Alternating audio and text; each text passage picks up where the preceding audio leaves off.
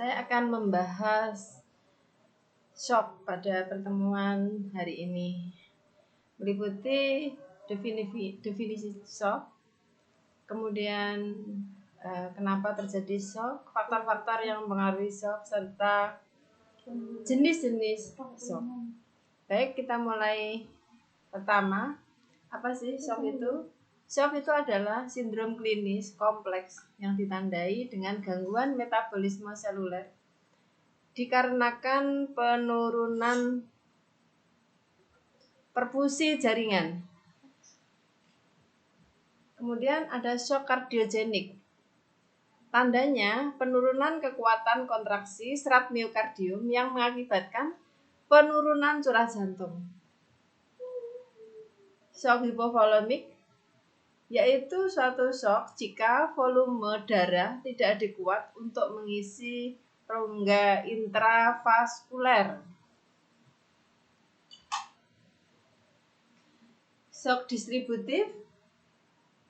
Shock ini umumnya disebabkan oleh kegagalan distribusi sirkulasi volume darah. Kemudian shock obstruktif yaitu merupakan dampak dari gagalnya pengisian ventrikel. Masih ingat ya, ventrikel ada atrium, ada ventrikel. Saat terjadi penurunan prelude, jadi sebelum pemompaan yang sangat cepat. Hal ini dapat menyebabkan penurunan cardiac output yang drastis.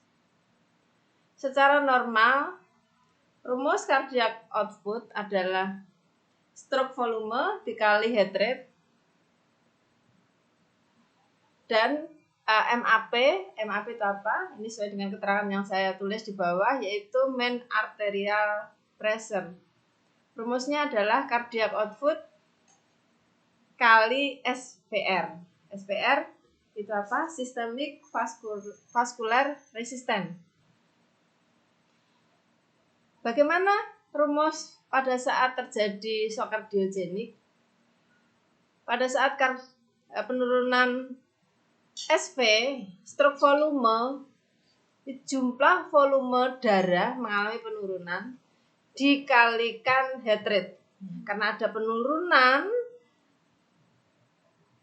jumlah volume darah, otomatis cardiac output-nya turun.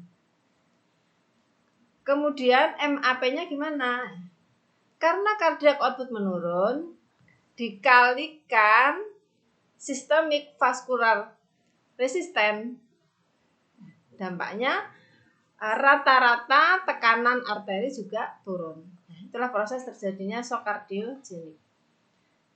Sedangkan shock hipovolemik, rumusnya adalah, di sini yang bermasalah adalah SV-nya, stroke volumenya.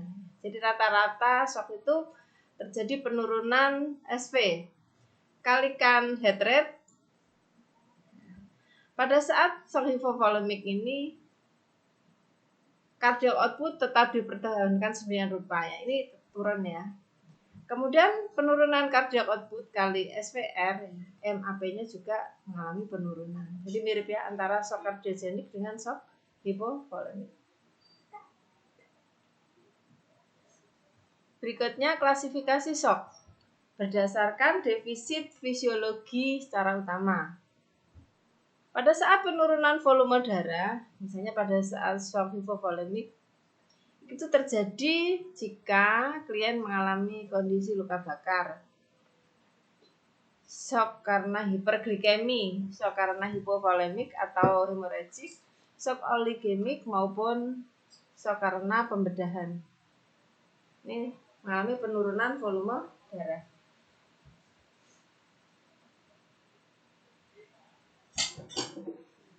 Kemudian penurunan kontraktilitas jantung,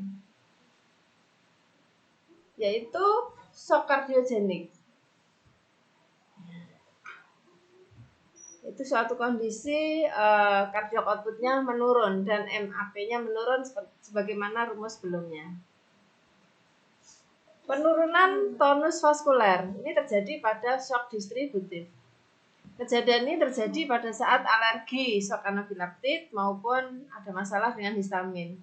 shock karena bakteri, endotoksin, septik, toksik, maupun masalah dengan persarafan, tulang belakang, pembuluh darah, maupun masalah dengan insulin. Shock berikutnya adalah shock obstruktif. Penyebab dari shock kardiogenik. Penyebab yang utama adalah iskemi pada ventrikel. Misalnya kelainan pada infak miokard akut, cardiopulmonary arrest maupun pada saat operasi jantung. Yang kedua, jika terjadi masalah pada struktur jantung, misalnya ruptur septum, ruptur otot papilari, kemudian ruptur dinding jantung, aneurisma ventrikel, kardiomiopati, tumor jantung, trombus atrium,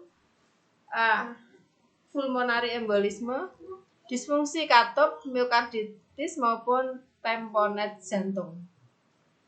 Yang ketiga, disritmia. Ini bisa terjadi pada saat tubuh mengalami bradydisritmia maupun taxidisritmia. Tahu ya, bradydisritmia itu suatu kondisi jumlah heart rate itu tidak normal,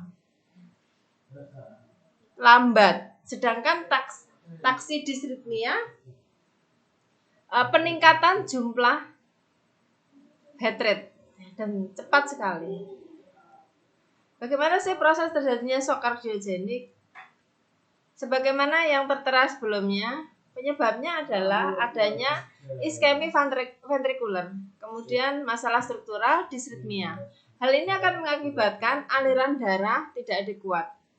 Akan berdampak pada dua hal. Yang pertama adalah penurunan isi sekuncup, yang akan berdampak pula pada iskemi ventrikel. Kemudian dampak yang kedua, pengosongan ventrikel yang tidak adekuat. Dampaknya adalah peningkatan tekanan pada paru-paru. Karena ada penekanan pada paru-paru, ada sumbatan, maka paru mengalami edema. Pada saat paru mengalami edema, kelamaan apa yang terjadi? Oksigen akan mengalami penurunan. Nah, pertemuan antara penurunan jantung yang menurun, jumlah curah jantung yang menurun, serta penurunan oksigen, dampaknya adalah penurunan suplai oksigenasi ke sel. Di sel akan terjadi gangguan perfusi jaringan. Dampaknya akan terjadi gangguan metabolisme tingkat seluler. Berikut dampak dari shock hipovolemik secara absolut maupun relatif. Yang pertama, secara absolut, yaitu akan kehilangan volume darah. Terjadi pada trauma, pembedahan, perdarahan maupun masalah di saluran pencernaan. Kehilangan plasma, misalnya terjadi pada luka bakar, lesi yang luas. Kehilangan cairan tubuh, misalnya muntah berat, kemudian diare berat maupun diuresis berat. Gejala yang relatif yaitu kehilangan integritas intravaskuler, misalnya terjadi pada ruptur limpa, fraktur pelvis dan femur, pankreatitis hemoragik, hemotorak, hematoperitoneum, arteria dissection maksud saya. Kemudian peningkatan permeabilitas membran kapiler. Ini terjadi pada klien yang mengalami sepsis, anafilaksis maupun luka bakar ya. Anafilaksis ya, suatu kondisi shock yang oleh karena obat-obatan tersengat dan sebagainya. Kemudian penurunan tekanan osmotik koloid terjadi pada saat klien mengalami kekurangan sodium yang sangat berat. Hipopituitarisme, serosis, obstruksi intestinal. Bagaimana patofisiologi terjadi shock hipovolemik? Berdasarkan penyebab yang sudah diutarakan tadi, yaitu hipovolemik relatif maupun hipovolemik yang absolut. Ini akan mengakibatkan kedua hal ini terjadi, mengakibatkan apa? Penurunan volume sirkulasi. Dampak dari penurunan sirkulasi yaitu penurunan pada pena balik. Jadi menuju ke jantung ini ya. Jika pena balik mengalami penurunan, maka yang terjadi adalah struk volume pada jantung juga akan menurun. Kalau struk jantung menurun, bagaimana curah jantungnya? CO atau cardiac output-nya juga mengalami penurunan. Kalau cardiac output menurun, otomatis tidak mampu jantung mensuplai oksigenasi ke dalam sel, maka dampaknya sel akan mengalami gangguan perfusi jaringan. Nah, di sini letak permasalahannya, yaitu mengalami gangguan metabolisme di tingkat seluler. Berikut penyebab dari shock distributif. Yang pertama adalah shock septik, yaitu penyebabnya bisa karena mikroorganisme, diantaranya bakteri, virus, jamur maupun parasit. Yang kedua, shock anafilaktik. Penyebabnya adalah alergen yang sudah terpapar sebelumnya seperti antibiotik, makanan yang basi, makanan banyak mengandung bahan kimia ya. Kemudian bisa dan serbuk. Itu beberapa penyebab shock anafilaktik. Kemudian shock neurogenik. Kondisi ini disebabkan oleh terganggunya transmisi impuls ataupun terhambatnya aliran keluarnya simpatetik dari pusat vasomotor di otak. Kerusakan spinal cord di atas level yang lebih tinggi. Kemudian terjadi anestesi spinal.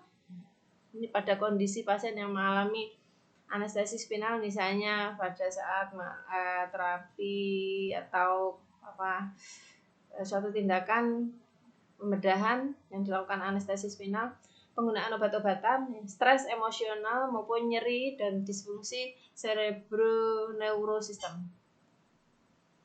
Hingga patofisiologi shock distributif berdasarkan penyebabnya dimulai dari baik septik, anafilaktik maupun neurosensori. Ketiga hal ini akan merangsang hormonal di otak ya, bagian depan akan dirangsang untuk memproduksi golongan inin, yaitu histamin, bradikinin, dan lain-lain. Sifat dari histamin maupun bradikinin ini mengakibatkan vasodilatasi arterial, jadi pembuluh darah mengalami pelebaran. Kalau pembuluh darah mengalami pelebaran, maka akan terjadi defisit vena balik. Dampaknya akan terjadi perfusi pada perifer. Kita selalu paham ya bahwasanya kalau terjadi masalah seperti ini pasti nanti oksigenasi maupun nutrisi ke sel juga akan mengalami penurunan. Kemudian etiologi shock obstruktif, yaitu ada masalah pemompaan pada jantung atau dikenal dengan istilah tamponade jantung. Ini merupakan kompresi pada jantung yang disebabkan oleh peningkatan tekanan intraperikardial akibat pengumpulan darah atau cairan dalam perikardium ya, yang biasanya 200 cc ya. Bila pengumpulan ini lebih banyak ya akan mengakibatkan jantung tidak mampu untuk memompa lagi. Atau mengakibatkan kelambatan dalam pemompaan jantung. Yang kedua adalah tension pneumonoporak. Ini suatu kondisi bahwa paru-paru mengalami peningkatan dampak dari ada kebocoran di paru-paru serta emboli paru, yaitu penyumbatan pada paru-paru. Bagaimana gambaran klinisnya kondisi shock? Kita akan lihat slide saya berikutnya. Tandanya yaitu tekanan darah sistoliknya kurang dari 90 mm air raksa. Kemudian heart rate-nya cepat, yaitu di atas 100 kali per menit. Nadi teraba lemah, ada penurunan bunyi jantung. Kemudian perubahan sensori, kita bisa lihat perabaan dingin, ya, keringat ya, maupun anemis. Ya. Output urinnya juga akan mengalami penurunan, yaitu kurang dari 30 ml per jam. Pasien mengeluh nyeri dada, disritmia, takipnu, penurunan curah jantung maupun peningkatan PAWP maupun RAP serta peningkatan SVR. Tahapan shock dimulai dari tahap awal yaitu kompensasi. Tanda-tandanya adalah MAP turun di bawah 10 mm air raksa, kemudian aktivitas susunan saraf simpatis mengalami perlawanan dengan susunan saraf parasimpatis. Ditandai oleh vasokonstriksi selektif, yaitu ginjal, otot, kulit, dan splay mengalami penurunan. Oleh karena itu, tindakan yang harus kita lakukan adalah memperbaiki sirkulasi otak maupun jantung. Bila mengalami penurunan darah ke koroner, tandanya adalah metabolisme yang akan terjadi yaitu secara anaerob dan akan mengalami dilatasi arteri. Bagaimana dengan ginjal? Pada saat awal pre-shock, ginjal melakukan aktivasinya yaitu melepaskan hormon yang dihasilkan oleh ginjal, diantaranya adalah epinefrin, norepinefrin, glikokortikoid, renin, angiotensin maupun aldosteron. Sudah lihat di kamus apa arti ini semuanya ya. Kemudian pituitari anterior ini berfungsi untuk apa? Berfungsi untuk mengeluarkan antidiuretik hormon. Dampaknya setelah tahap awal kompensasi, maka akan terjadi peningkatan produksi energi. Berikutnya akan mengalami peningkatan volume sirkulasi serta peningkatan kontraktilitas. Tiga kondisi ini akan memicu timbulnya peningkatan cardiac output jantung. Dan tahap lebih lanjut atau progresif, MAP akan semakin turun ke bawah lagi, lebih dari 20 mm air raksa. Bila jantung mengalami kegagalan kompensasi, maka akan terjadi vasokonstriksi yang berlangsung pada penurunan MAP. Sehingga kita akan bisa lihat dari klien mengalami perfusi jaringan yang tidak kuat serta hipoksia. Bila metabolisme anaerob sistemik terjadi, maka asam lambung otomatis akan meningkat. Nah, ini risiko terjadinya asidosis metabolik. Pada penurunan produksi adenotrifosfat ya, maka akan terjadi gangguan transport membran. Maka dampaknya yang bisa kita inspeksi berupa bengkak, edema sel, maupun terjadi kerusakan atau ruptur sel. Bagaimana respon lebih lanjut? Nah, ini yang respon pada saat shock. Pada tahap lebih lanjut, ginjal ini akan mengurangi produksi urinnya, sehingga urin diproduksi sangat sedikit sekali, bahkan tidak mengeluarkan urin sama sekali. Ini dampaknya yang terjadi adalah jantung mengalami perburukan yang amat sangat. Ini juga akan mengakibatkan penurunan cardiac output yang sulit kita kontrol. Jenis-jenis shock atau tahapan shock meliputi yang pertama adalah tahap irreversible. Ini suatu tahap yang mana shock ini sudah tidak bisa kembali lagi pada kondisi sebelumnya, yaitu kompensasi tidak mampu mempertahankan perfusi otak dan jantung, terjadi depresi fungsi miokard yang berlanjut ke iskemi otak. Dampaknya akan terjadi depresi fungsi neuron serta akan kehilangan mekanisme kompensasi neural sentral. Vasokonstriksi miosirkulasi ini pasti terjadi setelah kerusakan sentral dari neuron. Dampaknya adalah mengalami penurunan vena balik. Pemeriksaan yang bisa kita dapatkan secara primer yang pertama adalah A ya. Kita hafalkan berdasarkan rumus ABCD. A-nya adalah airway. Periksalah saluran nafas klien, kemungkinan ada sumbatan, misalnya baik berupa benda cair maupun padat. Periksa adanya cedera tulang belakang, leher, tentukan apakah jalan nafas masih lancar, posisikan secara memadai, misalnya leher dalam kondisi anterfleksi. Amati tingkat kesadaran klien, ya. Amati GCS klien apakah masih 456, air liur apakah keluar atau tidak. Ini menunjukkan biasanya kalau pasien masih bisa mengontrol dirinya, biasanya air liur tidak keluar. Sekresi, benda asing, luka bakar pada wajah ada benda, kemudian ada dahak yang keluar atau tidak.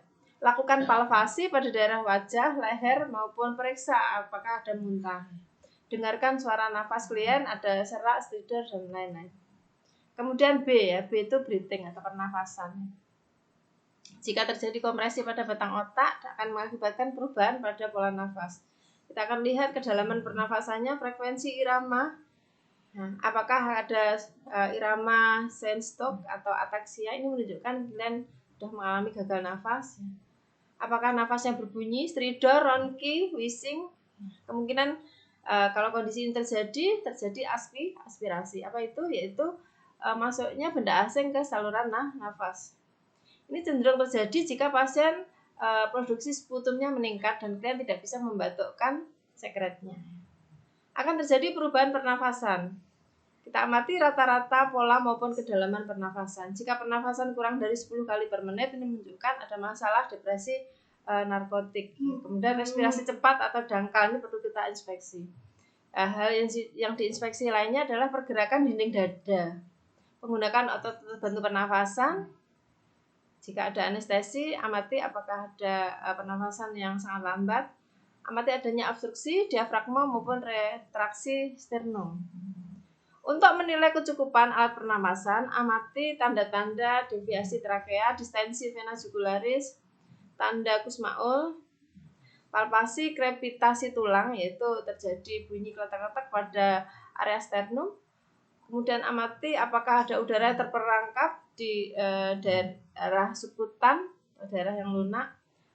Auskultasi juga untuk menilai masuknya udara, kesimetrisan suara nafas, adakah crackles, mengeluarkan bunyi, ngorok atau gesekan seperti gesekan rambut.